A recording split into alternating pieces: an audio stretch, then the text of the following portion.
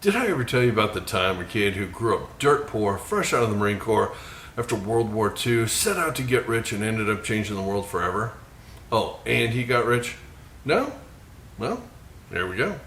Glen Bell was born September 3rd, 1923 in Linwood, California, but moved to a small farm in Oregon 5 years later. To say they were dirt poor is an understatement. It is said that young Glen would go to school wearing concrete sacks on his feet because he didn't have any shoes. So you're saying they had concrete? Sounds kind of bougie to me. I don't know. Life didn't get too much easier for Glen after the family moved back down to San Bernardino in 1934. Fast forward to 1941, Glen just turned 19, fresh out of high school, decides he's going to go work at his aunt's bakery up in Washington. And there he would learn how to cook and learn how to all kinds of stuff, make pies and bread and various other things. And he was also working with an amazing group of women who really knew what the hell they were doing. And it was pretty impressed upon him that they were, kind of a special group of people. And that was one of those things that was going to shape his life forever. He just didn't know it yet.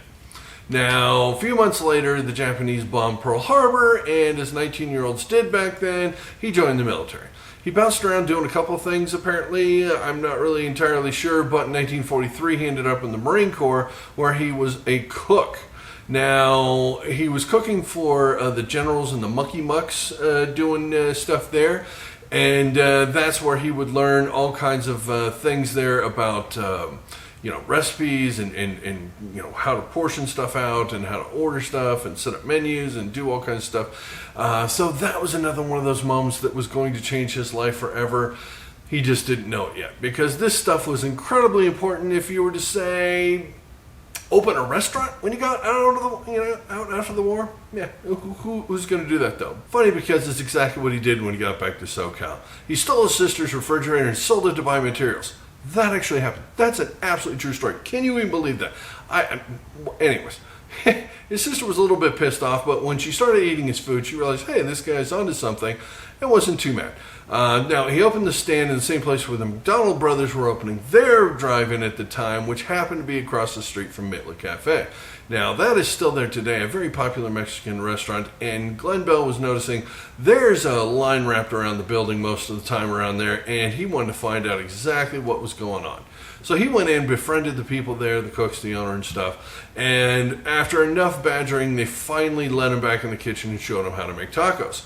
This is another one of those moments that was going to change his life forever, and this time he did know it, because Glen Bell went right back across the street to his stand and put those tacos on his menu. Now, they were selling like hotcakes. They outsold the burgers and hot dogs almost immediately, and he had a new plan. Glen Bell was going to make white people eat Mexican food. Turns out that was a pretty big ask for 1950 America. Bell had to part ways with his burger stand after his divorce from his first wife, Taylor. She got the stand in the divorce. She sounds like a sweet lady, huh? She took his only source of income and basically burned it to the ground out of spite. Let that be a lesson to you kids. Stay in school. I'm not sure that's a lesson there, but it's a good one. So either way, dad advice, we're good. All right, now single and ready to mingle, Bell needed some quick cash and a new gig. He went to open Taco Tia with some partners he had, and a few of them, and notably a guy named Ed Hackbarth. Now, if that name sounds familiar, you are a super fast food nerd. Ed is the founder of Del Taco with his partner David Jameson. They ended up running the Taco Tia in Yermo, California, just outside of Barstow, for anyone keeping track. And they ended up buying the place out from Bell a few years later, and then they changed the name to Casa del Taco, which literally translates to House of Taco, and that would spawn the Del Taco Empire. That was quite a thing right then. Glen Bell was very supportive and did some consulting to help them get it off the ground at the time. Glen Bell was a great guy, and he was happy to help others along the way. It's just the kind of guy he was. The Del Taco guys would show a similar attitude when they hired Dick Noggle to help build out their third and newest location in Corona, California. Dick quickly became a friend and employee before starting his own restaurant you may have heard of, Red Lobster. Just kidding. It was Noggles, of course.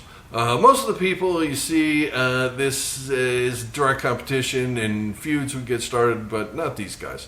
The two companies actually were closely aligned and had really similar menus for many years. Hackbarth and Jameson bought out Noggles in the 1980s, and Dick Noggle went on to the board of Del Taco before he ended up retiring, so, they were all friends and everything. Back to Glen Bell. When last we saw him, he was building and handing out tacotillos for anybody who will partner with him. Not exactly the modern franchise model, as it turns out, not so great for making money. By the mid-50s, there were several tacotillos around San Bernardino area, and everyone loved the tacos. But if you have no idea where San Bernardino is, it's just past hell on the road to who the hell cares. But Bell, now remarried and not to a she-devil, was raising a couple of little tykes, and they decided it was time for the family to move to a better place. And they packed up the station wagon and moved out to Long Beach, California. That's a lateral move these days, if you ask me, but things were different back then, I guess, so there you go. It was there Bell would start rubbing elbows with a new group of wealthier folks who really, really loved his tacos. Bell opened El Taco, or The Tacos, and he'd take on several partners, one of which was John Gallardi. If you don't know the name John Gallardi, don't feel bad. John Gallardi was a 19-year-old kid that Bell had hired part-time, and then somehow that kid came up with $12,000 in 1957 to buy into a partnership with his own El Tacos restaurant outside of Long Beach. Now, $12,000 back in 1957 would get you roughly 3 or 4 Chevy Bel Airs, brand new off the lot. That's pretty good considering that was one of the fancier cars back then, minus the Cadillac or something else. But the Bel Air was a little hoity-toity, so I don't know what. Rich parents, I have no idea. 12 grand's a lot for a kid these days to come up with. So, anyways, John Gallardi is taken under Bell's wing, and he teaches him how to run the restaurant and the whole thing. Gallardi's running his own place. Bell's running 3 other places with other partners, a couple of football players apparently. And then 1961, Gallardi ended up getting offered his own restaurant by someone else in Wilmington, just outside of Long Beach. Now it's known as, for all its refineries and everything. Whew, really great part of town. It is wonderful. Don't book a Airbnb in Wilmington. Just don't do that. But that was a great place to open a hot dog stand back then. So that's what Gallardi did. He set out and opened up a place that his wife would name Der Wieners Nitel. Of course, that's a terrible name, but Gallardi is quoted as saying, quote, "What the hell is better than John's hot dogs?" Can't really argue with that. Anyways, today Wieners Nitel has 350 locations in 11 states. Not bad for a hot dog joint. For those keeping track at home, this is the 3rd fast food restaurant empire Glen Bell helped get off the ground that wasn't his. We haven't even gotten to Taco Bell yet. Dang. He just wanted to get rich, and so far he's broke, and at the moment doesn't even have a restaurant to call his own. It's not, that's nuts. I mean, this guy's working hard. It's 1961, he's sitting on his couch and watching everybody around him living out their dreams, and he starts to think it's just never going to happen for him. One of his friends says that you should open your own place, and this time put your name on it so it's 100% yours. So he did. He found a place in Downey, California, and he opened the world's first Taco Bell. Yes, the enchilada had 3 olives on it. Thank you for asking. Okay, this story's finally getting somewhere. Things are flying right along, and Glen Bell's working his ass off a little show for it. Sounds about right. He needed a franchisee to help get the ball rolling, and in comes Kermit Becky. No, not that Kermit. This Kermit, a retired LAPD officer with no restaurant experience whatsoever. Bell made him a sweetheart deal to get other people to want to invest in Taco Bell franchises. Kermit just had to flash cash around so everybody would think on a Taco Bell franchise. Suddenly I went to Colonel Sanders, sorry. Taco Bell franchise, let's do that again, was a gold mine. It worked like a charm and the phone was ringing off the hook. Bell was selling 2 franchises a month and building them just as fast. Fast forward, a few months, and Glen Bell is now $6 million in debt and a complete stranger to his 2 young boys. He realized he had to squeeze more cash out of these restaurants or he was going to lose this dream just like he lost all the rest of them. Seriously, is this guy cursed or something? No, it turns out he was just a little ahead of his time. Bell had a brilliant idea to just stay open later.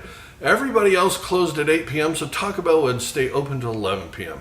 These 3 extra hours turned out to make a world of difference and brought Taco Bell a whole new audience. Drunks. Come on, who did not see that coming? I mean, seriously, have you ever tried Taco Bell after a few adult beverages? It's magical. All right, now to put a bow on this thing. Taco Bell is raging success going into the 1970s, and they were having a hard time hiring enough managers to run all the stores. Bell would remember back to working at his aunt's bakery and how amazing all the ladies he worked with were, so he put out a company-wide directive to start hiring women as managers for all the new restaurants. Women's lib was a big thing at the time, and it turned out to be a huge success. This is groundbreaking stuff back then. I mean, it's hard to comprehend these days how bad it was for women back in the early 70s. They still needed a man to co-sign on their bank accounts, for Christ's sake. Here's this guy giving them leadership roles. Funny how little things along your journey throughout your life will inspire you in the future. Glen Bell had finally done it. By 1978, Taco Bell had 868 locations from coast to coast when he decided to retire. The bidding war broke out, and he sold the company to PepsiCo for $125 million in stock. That is a crap ton of money in 1978. I don't care who you are. Anyways, Bell would go on to do many other things with all that cash, always with a tendency to think about others first. He took over a failed tourist railway project in Tuolumne, California for some reason, that would take folks from the old lumber mill there up into the mountains, and it was really cool. It's called the West Side and Cherry Valley Railway. There should be video of it playing, I think, maybe at this point, but it brought a bunch of jobs to that little town and tourists and money. After that, he and his wife Martha started Bell Gardens in Rancho Santa Fe, California, just east of Encinitas, for anyone wondering where the hell Rancho Santa Fe is. He was living there at the time and realized that the town needed some help. So there they would grow produce in a teaching farm for local residents, and they built a beautiful open park thing that was gorgeous gardens and everything for the public to enjoy. And it was open for many, many, many years. It's gone now, sadly. But in 2010, Glen Bell passed away with his wife Martha by his side.